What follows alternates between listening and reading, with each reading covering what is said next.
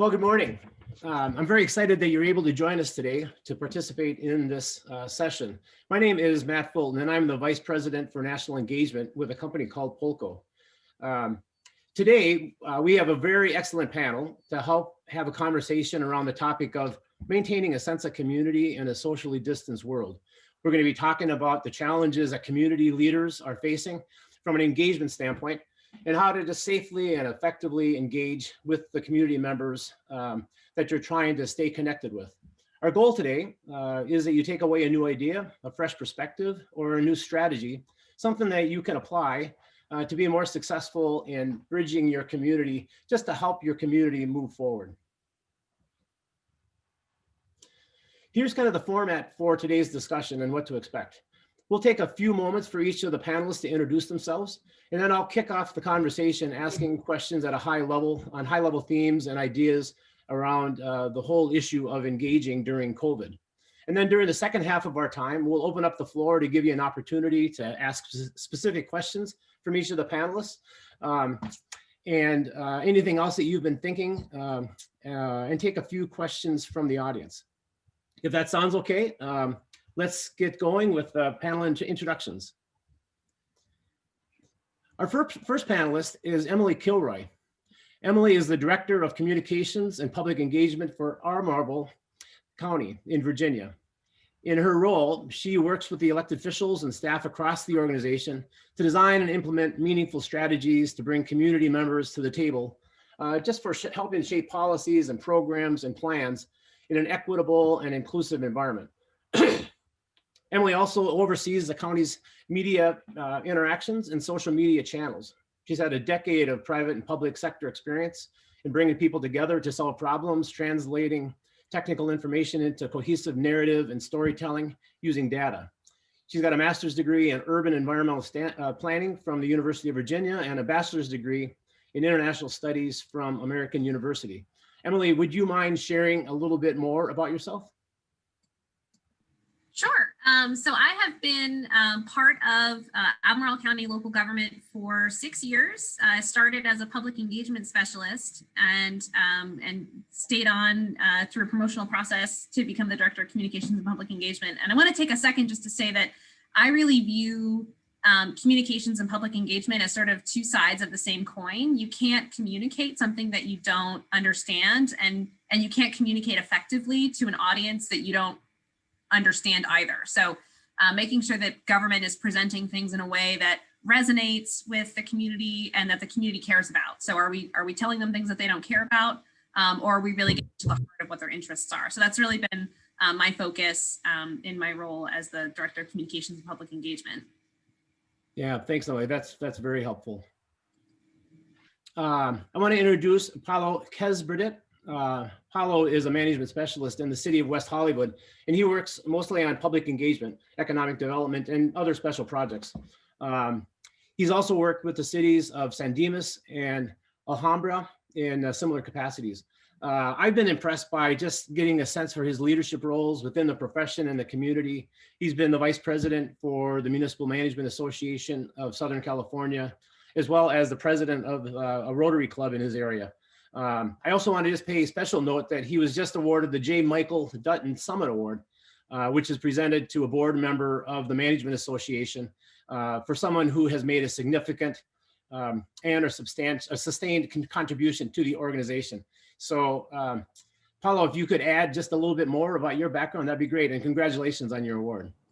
Well, thanks, Matt, for that wonderful introduction. And I'm so honored to be here with all of you and all of these panelists. My name is Paolo Kespradit with the City of West Hollywood. For those of you that don't know the City of West Hollywood, we're kind of a small community, small urban community of about 1.9 square miles, about 36,000 people. I've been with the city now just a little over 2 years, and my role has changed over the time, especially now dealing with our community's 30-year strategic plan. So I'm happy to be here.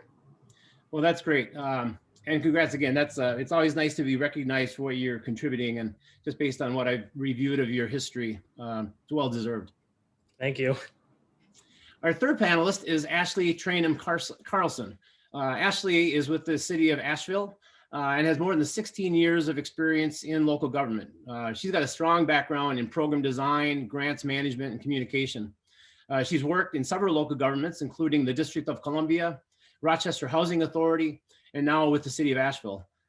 She has a master's degree in public administration from the University of Toledo and a Bachelor of Arts from Howard University.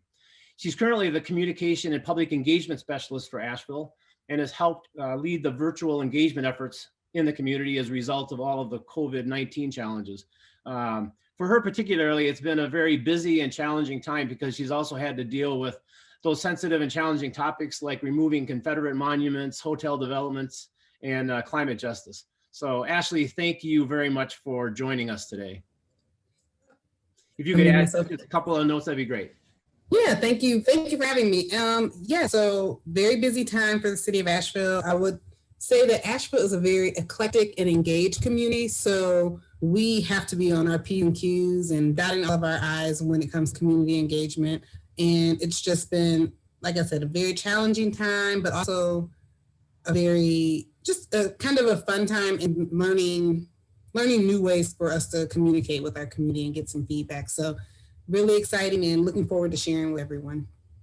Well, thank you so much to all three of you for joining in on this presentation. So let's just kind of talk a little bit about the environment we're living in today.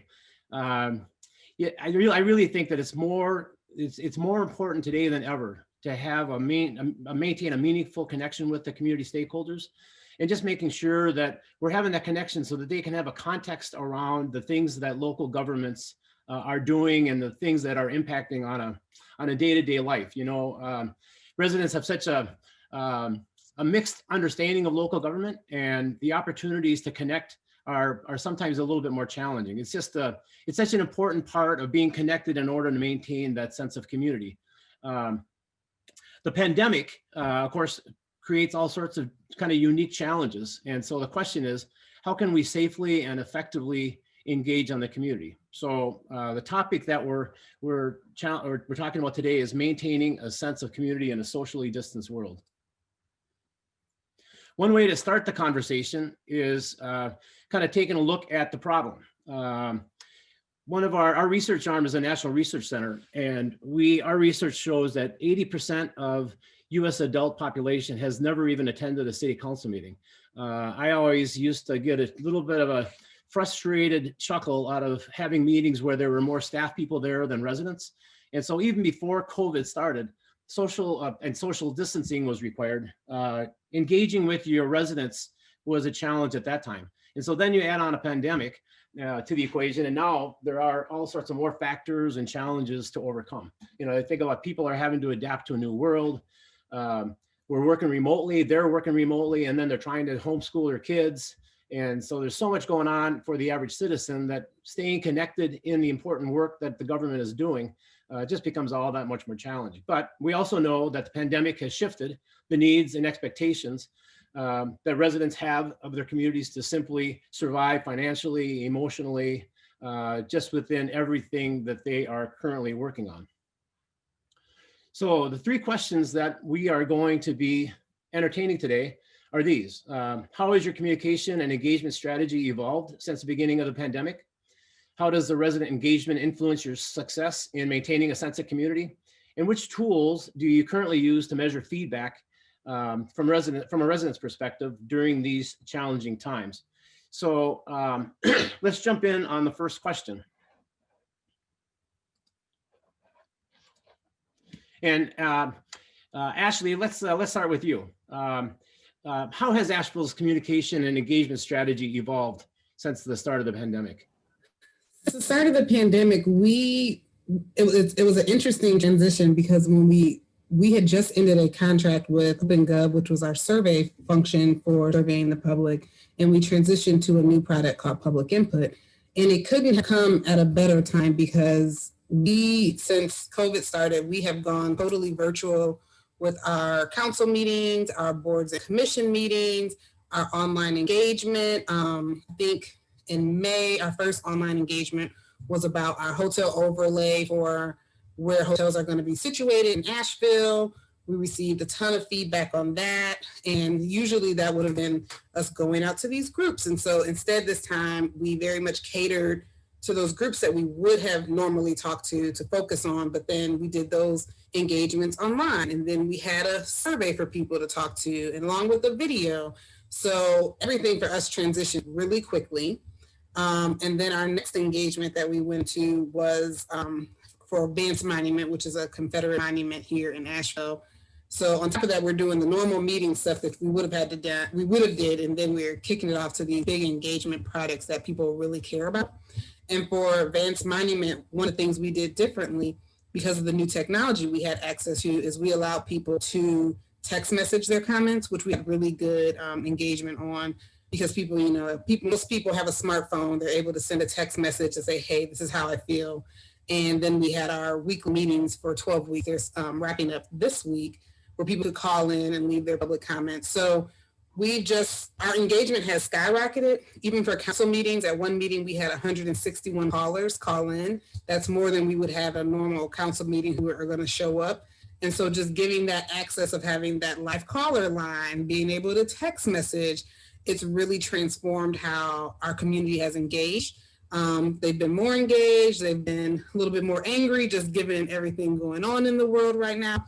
But I think the biggest thing for us is having that option for online people to be able to sit on their couch, watch a council meeting and say, hey, wait, I want to talk to the mayor. I want to talk to council about this, has really helped in terms of engaging people. And then with our monument, people passing by and there's a banner that says, you want to comment?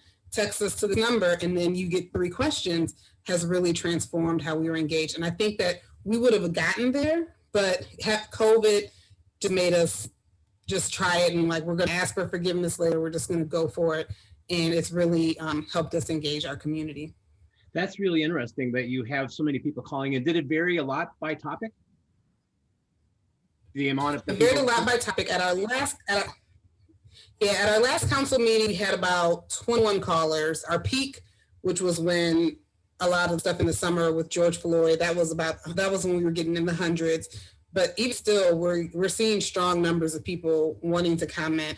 We did implement a sign up so that, because we were getting so many people. So we do have a sign up situation now, which a lot of the jurisdictions in North Carolina are following, where people can sign up for each agenda item. We just wanted to have kind of more control over knowing who's on the caller, so we can follow up with people if we needed to. But it depends on the meetings, but some topics you're going to get a lot of people. We got a lot of people for our community economic development plan. Like, that's something that people care about. So it varies, but we still had more engagement than we would have if people had to come down to City Hall. Well, that's interesting. Thanks. Emily, I'm curious, how has your communications and engagement strategy evolved since the start of the pandemic? It's a really great question, and it's a lot of the similar themes that Ashley covered.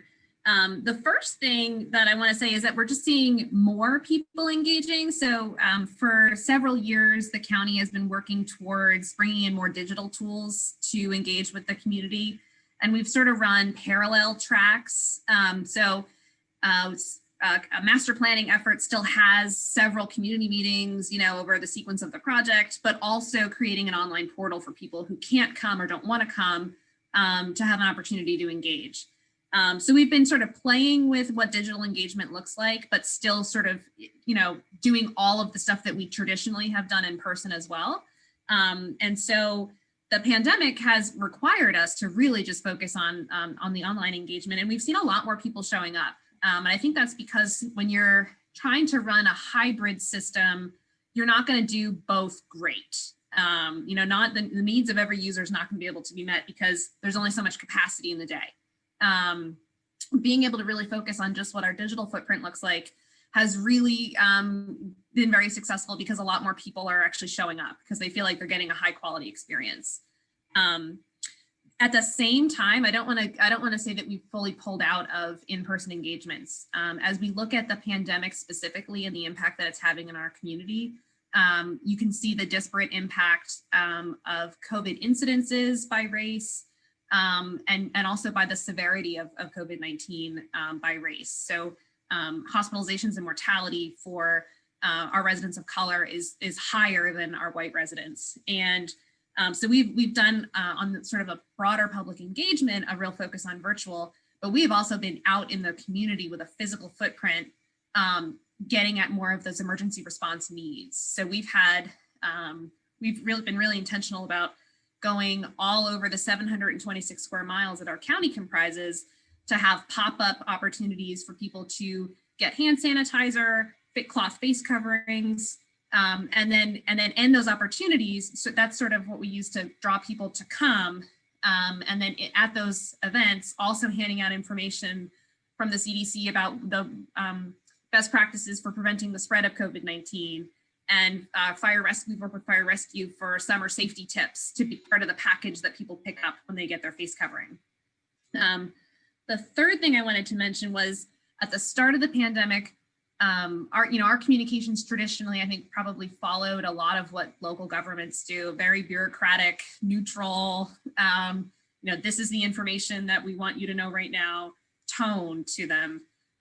We dropped that immediately when COVID-19 and sort of the magnitude of impact that we could feel it was going to have on the community, and really moved to a much more empathetic, we're in this together. We need everyone to band together to support us and to support our community.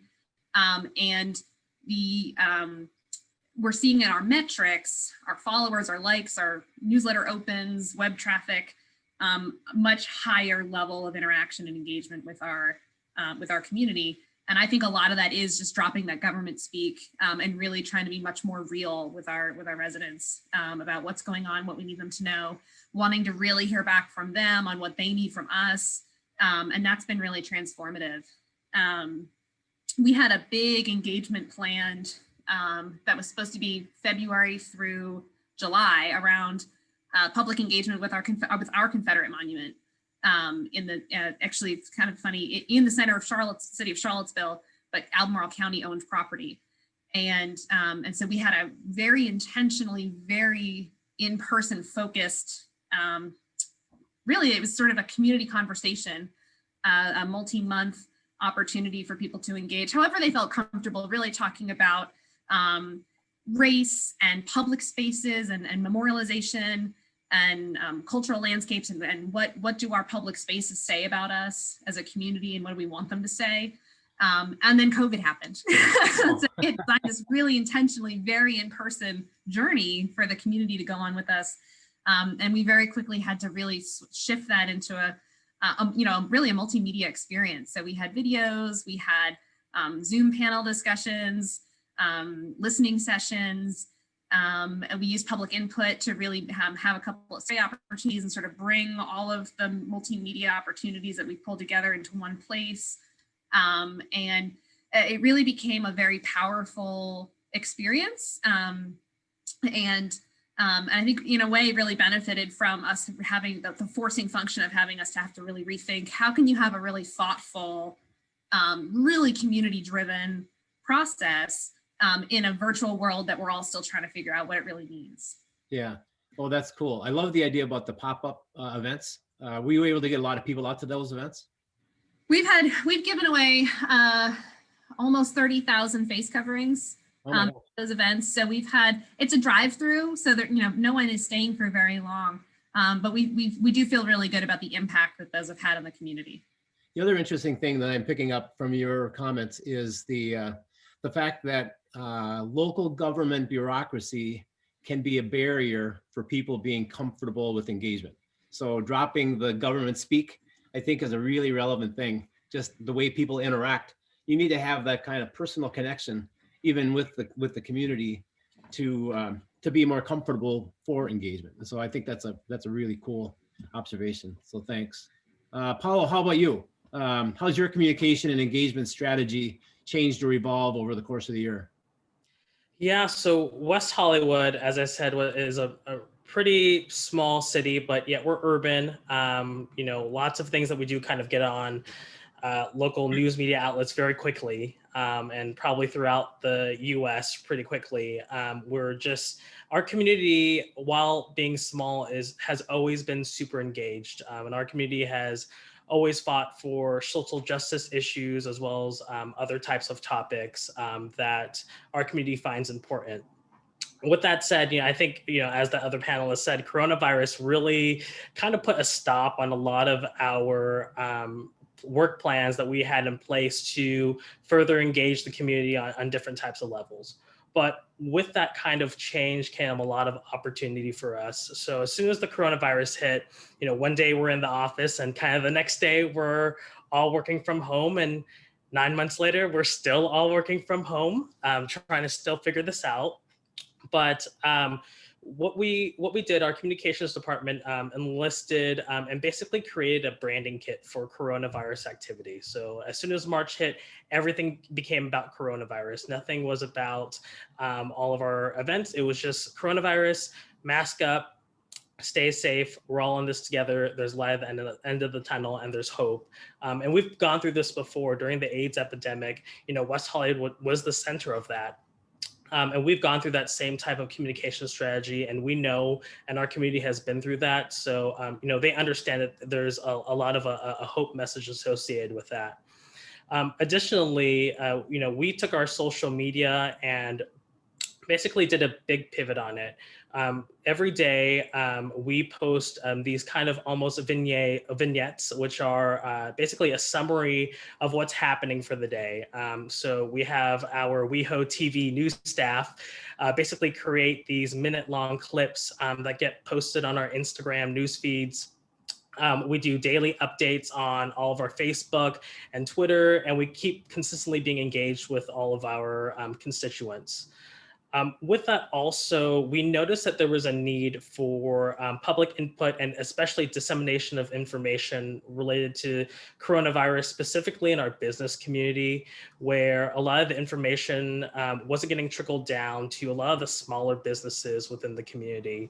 And so something that we did was we created a webinar series. A COVID-19 webinar series was a weekly webinar series where we had a topic depending on what it could be. It could be expanding your dining outdoors to having someone from the LA County Department of Public Health speak on the coronavirus and the current statistics on that, and how to keep your workforce and employees safe. And we've seen great engagement on that from especially our small business and our even local business community, ranging anywhere from about 150 to 200 people on average attending our webinars. Our city council meetings, just like Ashley said, have all gone virtual. We had high engagement prior to that of in-person. I mean, our council chambers will be filled to the brim of people depending on what type of item was being talked about. But now we're seeing double and triple and even quadruple times of engagement on our YouTube channels. We also stream our city council meetings on like Roku TV and Apple TV and all those fun digital channels, so anyone can have access to it. So we've kind of basically pivoted our whole digital engagement strategy. But with that, we also understand that while 40% of our residents are under the age of 40, that there are still residents who are aging in place. And we needed to provide something to them. And we knew that, they probably weren't looking at the city's website to find out the latest information on coronavirus. And, they weren't keeping up to date on our newsletters. So we sent a citywide mailer out to all of our residents. And in that mailer has a letter from our mayor and city manager, and also all of our contact information for our social services programming. West Hollywood has been one of the cities kind of since this pandemic that has really invested in social services. And, we really wanted the community to know that times might be hard, but there is help. And so there's a little booklet that came out, and our residents seem to have liked all those materials so far. Oh, that's great. I love the creative way that you're doing the webinar series. What a great way to connect with your residents. The other thing that's kind of resonating with me on your comments is, and this probably applies to all of you, probably applies to every community, is just when you have a strategic plan and then COVID hits, then everything it's all brand new, right? It's all brand new territory. And so as you think about the importance of understanding what the current needs are of your residents, which are maybe totally different than last year, to then make decisions based upon those current needs. It requires you to have that connection. And it's been impressive too. All of you have talked about that your engagement for your kind of formal community meetings has actually increased through technology and those kinds of things. And so that's really kind of reassuring. The one thing that our research has demonstrated is that people have a higher level of appreciation for the role that local governments play in kind of helping them just survive on a day-to-day basis. And I think through all of the kind of creative things that you're all doing, you're showing how it can be done. So thanks. Let's jump on to the second question. And Emily, I'm going to start with you this time. How do you think engagement influences how successful your county is in maintaining its sense of community? You know, it is literally the way that you know that you are successful in engaging your community. If you're having meetings or trying to get input on a topic, a project, an initiative, and no one is showing up, why are you doing it?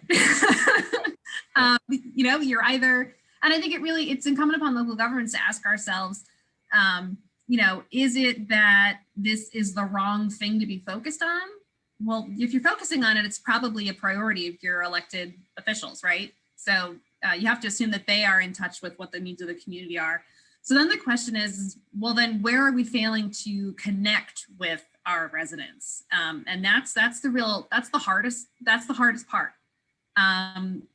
You know, you have to know the demographics of your community. You know, is it a young community? Is it an older community?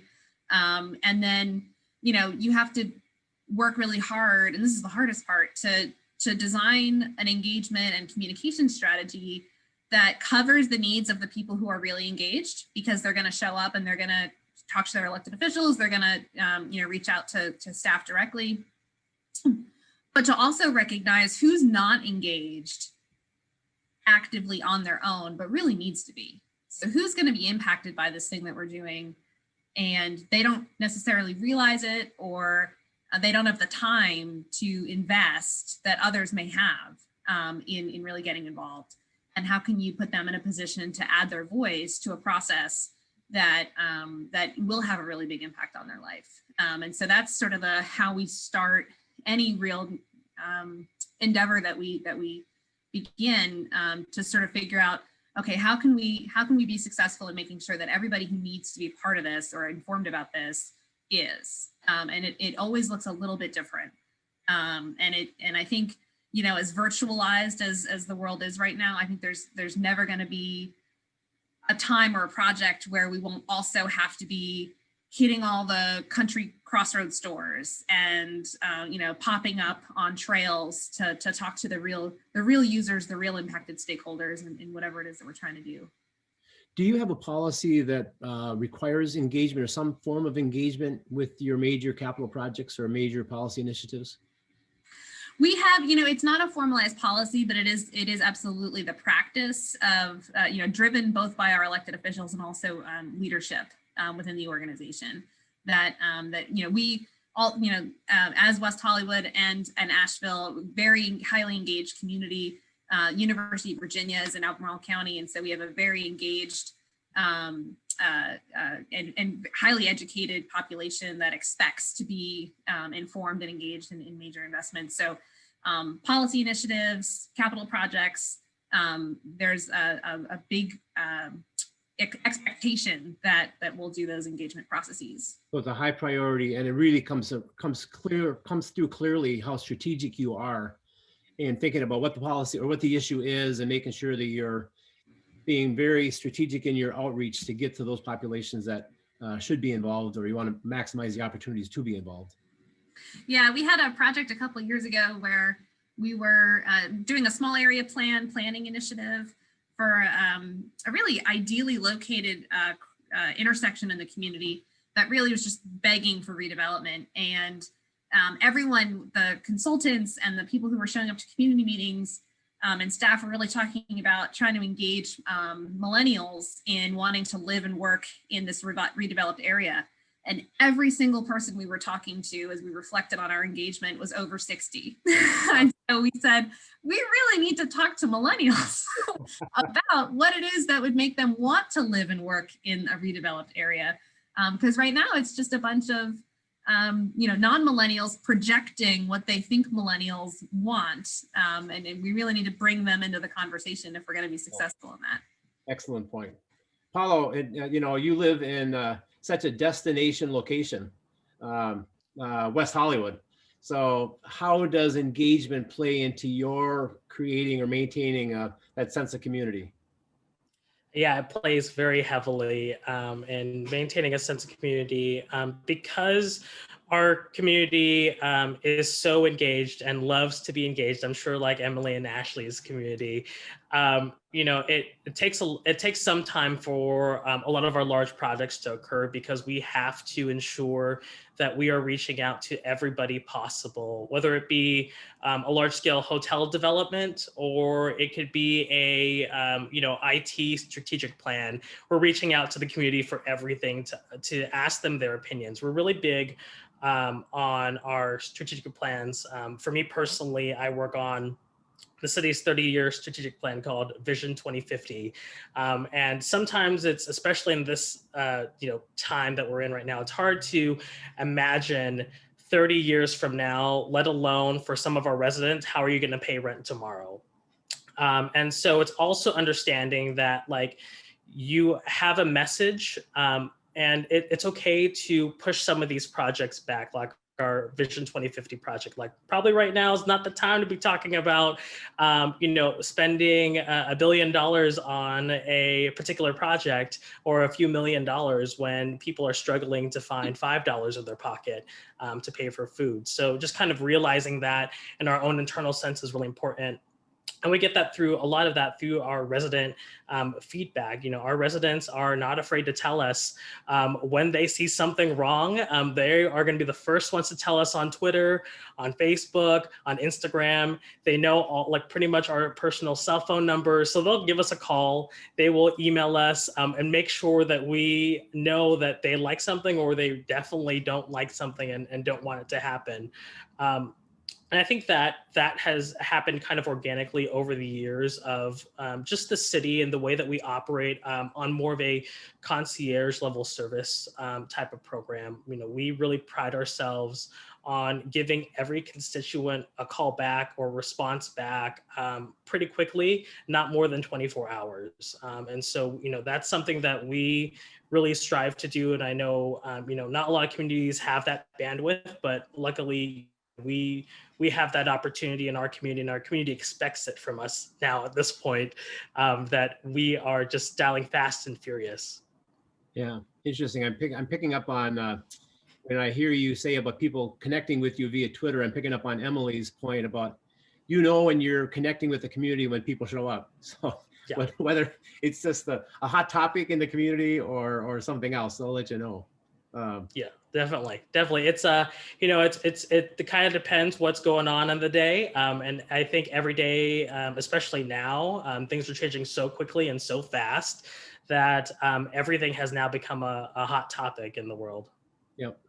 Ashley, with all of the critical projects that you're working on in Asheville, how has engagement influenced your opportunity to be successful with maintaining your sense of community? I think, like both of you have said, engagement is critical to the success of our projects. And I think not engaging can derail a project quickly. One of the examples I was thinking about as we were talking is we had a big urban centers project that our planning department was doing. We went out to communities, and then along in the process, we talked to our Hispanic community, and red flags just went off everywhere. And the first thing they heard was gentrification. And so if we're not engaging those communities and we're not talking to people, it would definitely impact our success. And so that's always our first step, try to engage community. It doesn't have to be something major like an urban center. It can be literally like, I got an email this morning from a guy who was like, hey, when are we getting our sidewalk? I saw that it passed through, the contract passed through on our last council meeting.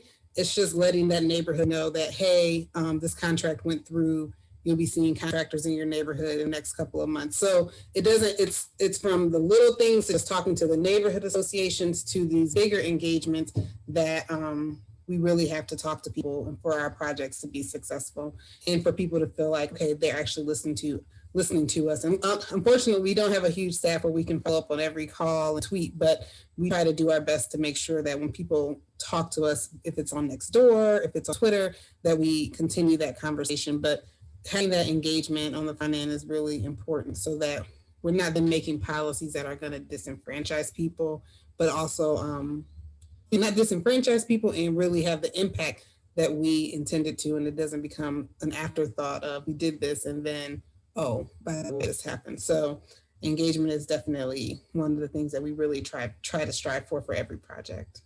Yeah, that's a really important thing. One thing I heard from all of you is just kind of the recognition that working in local government, you're connected with people at the closest level, both city and county. And it's that kind of follow through and that connectedness, that face-to-face connection, whether it's virtual or in person. But local government just seems to have that unique ability to be able to help people feel more comfortable with the things that are going on around them. And, I always used to tell my staff, we have the ability to impact whether a person is going to have a good day or a bad day. And it's just the way that you treat your constituents and your residents. And so thanks for those perspectives. Paolo, I want to start with you on the third question. The question is, what tools are you using to measure your feedback from a resident's perspective during these challenging times?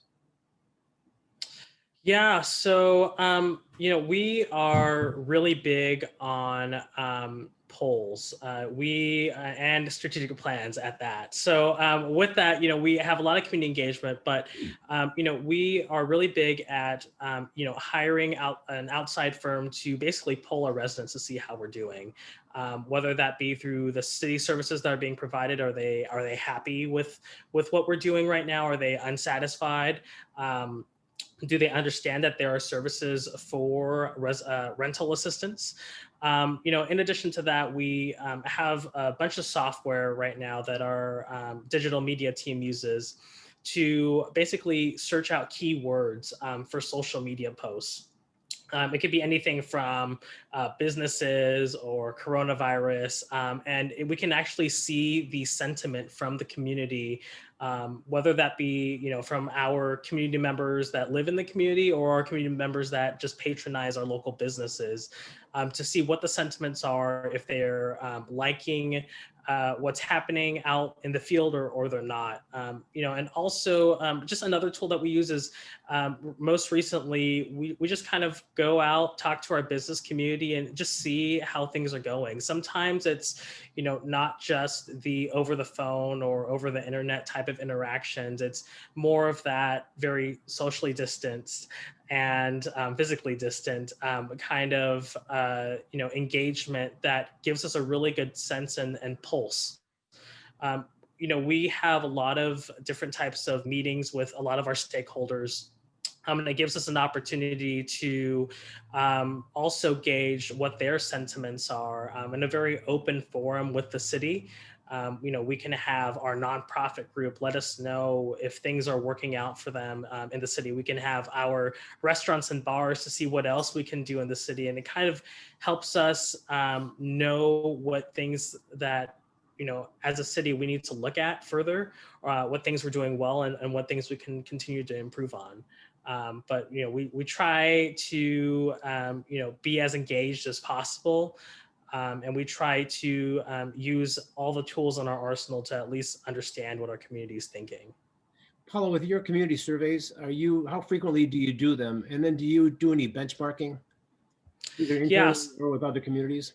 Yeah, so primarily we use the polls whenever we're doing some type of big city strategic plan. So it kind of depends on when things are happening. So like for Vision 2050, the last time we did a poll on that one was, I would say, back in February for that one. We've done a poll since then in regards to the coronavirus and seeing if the public had information on that. As far as benchmarking, yes, we do look at other surrounding cities to see what the sentiment is as far as their services compared with ours. And we also look year over time as well. So if there are different types of sentiments. If we see that, people are more happy now, we try to see why are they more happy, why are they more engaged, or most times it's why are they more upset at the city. So we try to figure those points out with the data that we're getting from all of our research. Okay, cool. Thank you. Ashley, how about you? What tools and approaches are you using in Asheville to connect with your residents and hearing their perspectives? We use a lot of surveys. We've always used a lot of surveys and trying to get to people. But now, like I said, we're using different forms of trying to get to people, including text messaging, having our focus groups move online, but a lot of surveys. And we've used public input recently to kind of gauge and analyze that data that we receive. That's kind of our major way of engaging people in a qualitative process where we want to get some answers, some specific answers. We'll definitely use a survey. Okay. Thanks very much. Emily, how about in the county? What are you guys doing to measure resident feedback? So we've actually, outside of COVID, really tried to sort of upend how we do that in the past 18 months. So traditionally we used a stock national survey to do a biannual community survey that was done primarily by phone, but also with an online option. And we found that the benchmarking capability that the national survey provided was really nice, but the questions were not tailored enough to our community's sort of lived experiences. And so there was a real trade-off there. So we knew how we were doing compared to places, similar size communities across the country, but it didn't really dig into the specificity of the services that we're actually providing. And so we felt like a more customized survey experience would be probably beneficial. So we recently pivoted to a more customized model that used, a primarily web-based survey that also used a lot of traditional mail and phone reinforcement to encourage people to respond to the survey if they were selected through the random sampling process. The neat thing was it also had an opt-in survey. So we could actually compare what a scientific representative sample responded against sort of who we normally hear from.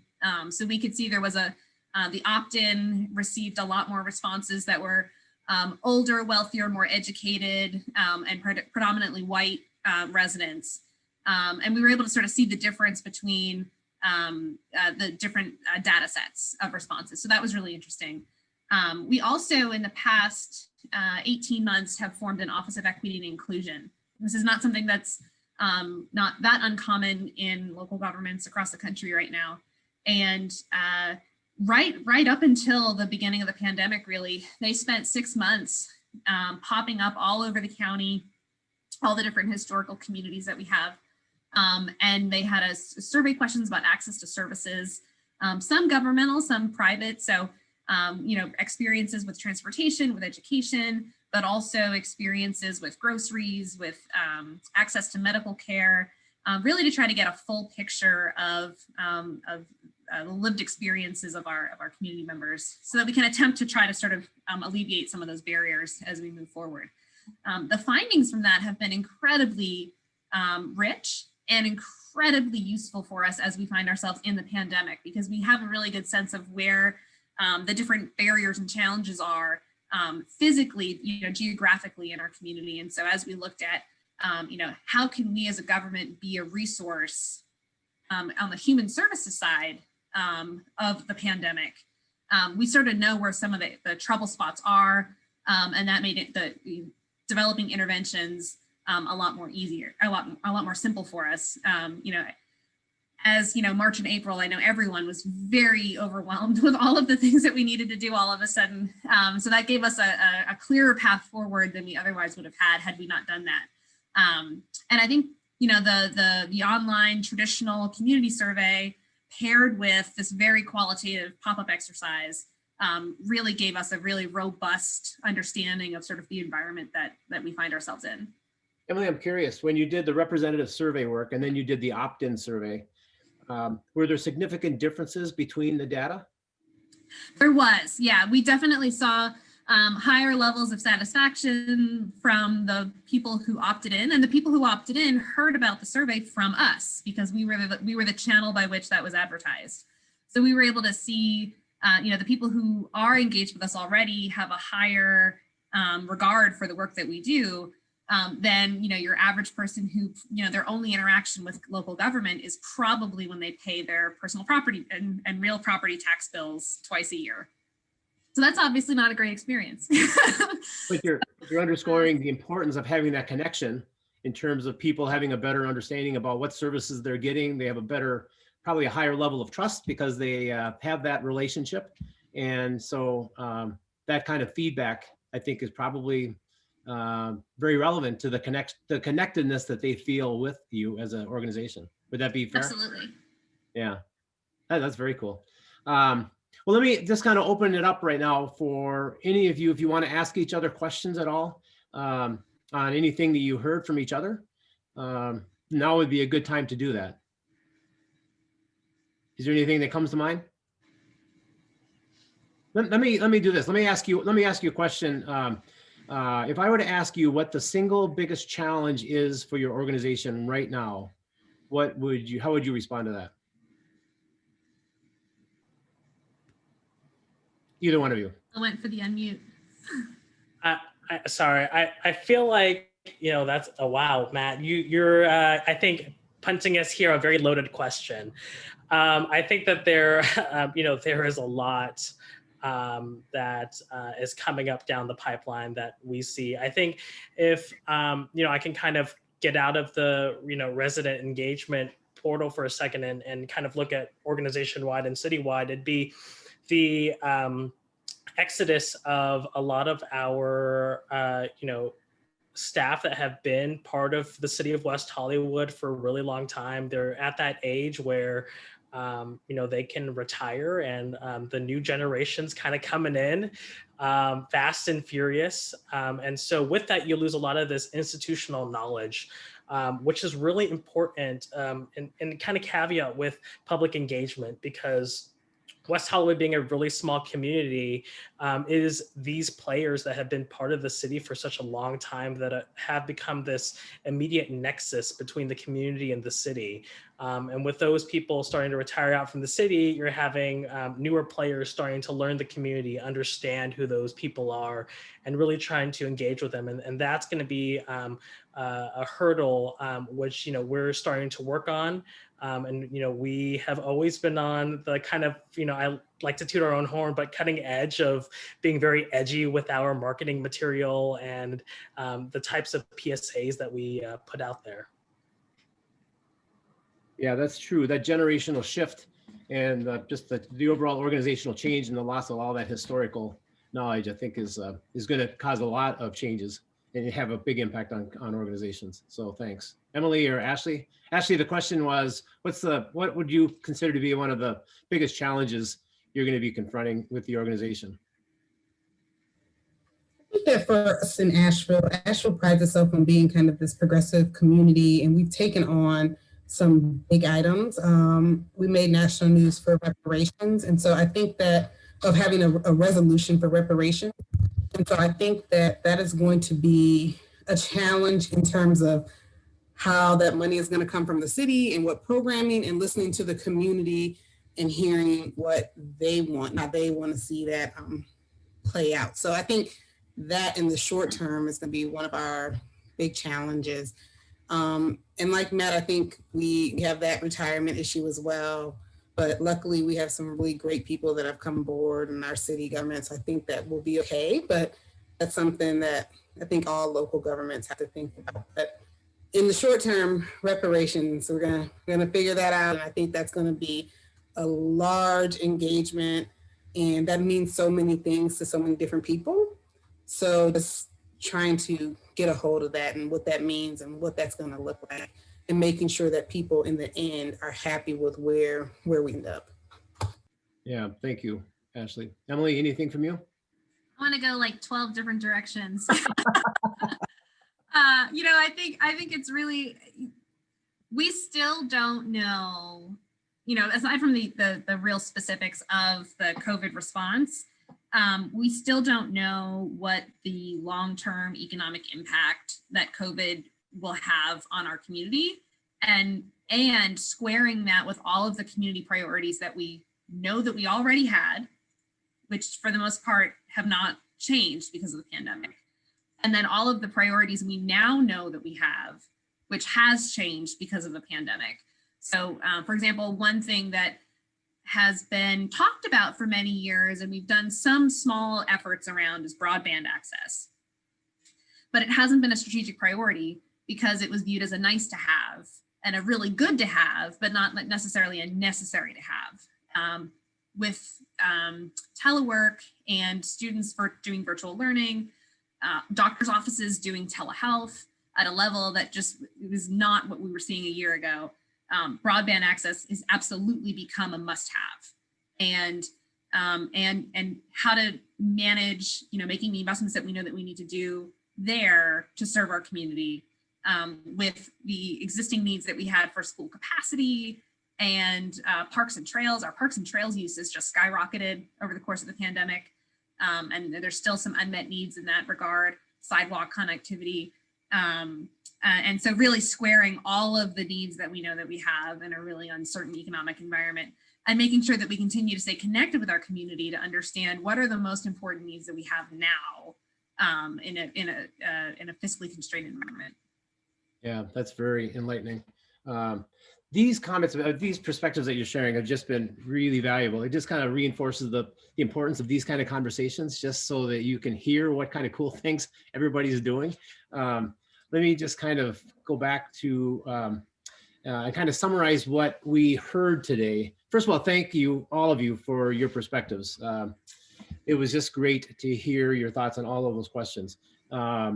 It strikes me that you're all being creative and you're using a multifaceted kind of approach for communicating with your residents and stakeholders, whether it's virtual to pop-up meetings to in-person get-togethers.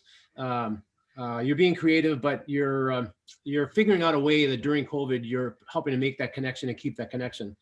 And through all of that efforts and through some of the additional things of just getting rid of the government speak and thinking about how do you create a meaningful relationship with someone you are serving. Those are the kinds of things that really help you to preserve and to build and to maintain that sense of community. And all of you are doing it in really creative and great ways. And finally, I think everybody has kind of mentioned and have found that tools like surveys, representative surveys, opt-in surveys, just the use of technology and how you reach out to your communities for day-to-day kind of conversations or issues that you're dealing with, or even things like major projects that you're finding ways you're finding tools to use for helping to get that input from the residents, and you're doing it in a very important way. So thank you very much for sharing all of your perspectives and for being part of the panel today. One of the things I want to do is just kind of wrap up with what will happen after this panel conversation. We're going to be following up this panel conversation. I'll send a note out to all of you with a little bit more formal introductions to each other. We're going to be continuing this panel. We have another panel conversation coming up actually next Tuesday with a handful of folks from around the country, so I'm excited for that. We're going to be putting this into a video recording, and we'll be sharing this with all of you, and I would encourage all of you to share it throughout all of your communication channels and let your constituents know that you've contributed to this, and we'll be sharing it as well to other local government officials. And then I will be certainly open and looking for any opportunity for you to give me feedback on the program and any things that you would be wanting me to do differently or maybe do better during future panels. So with that, I want to just thank all of you for participating in the panel, and we'll look forward to connecting with you in the future.